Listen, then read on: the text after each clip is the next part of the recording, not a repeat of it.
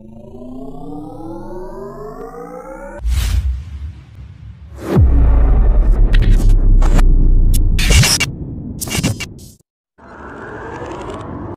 Sobat Miner, apa kabar?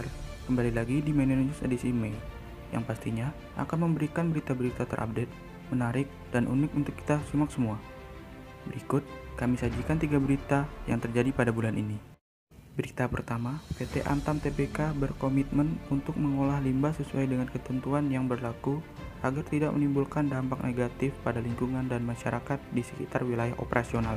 Dengan melakukan inovasi pemanfaatan limbah tambang, yaitu pemanfaatan limbah slag untuk pembuatan material konstruksi.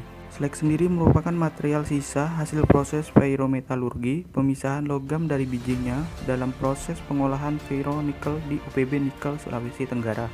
Produk hasil pemanfaatan limbah slag di UBP Nikel, Sulawesi Tenggara diberi nama Pomala Beton atau disingkat dengan POTON.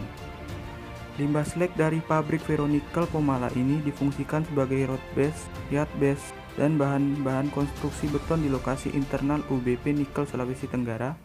Berita kedua, harga batubara di tahun ini terus menunjukkan tren yang positif dibandingkan tahun lalu. Harga batubara thermal IC Newcastle pada Rabu 26 Mei 2021 berada pada level 112,25 per ton US dollar. Dikutip dari duniatambang.co.id, harga batubara thermal sebanyak tahun 2021 naik 37%.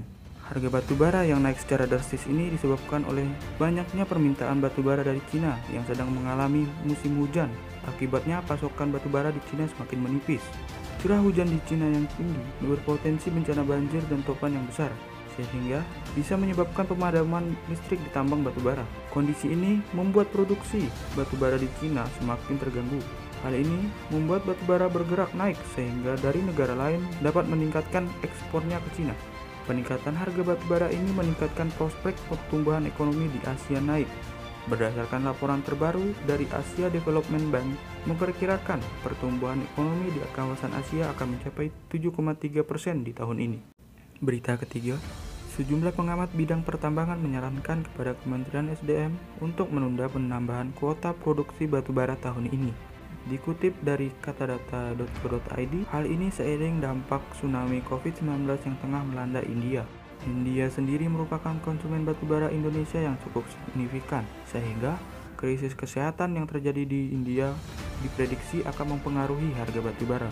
Kebijakan tambahan 75 juta ton untuk ekspor diharapkan sebagian besar akan terserap ke pasar Cina.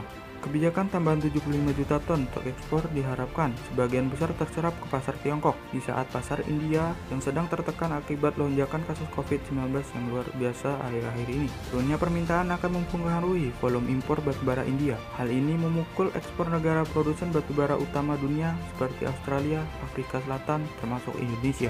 Namun, harga batubara Indonesia belum terkena imbas krisis kesehatan di India lantaran tingginya permintaan batubara dari Tiongkok dan domestik.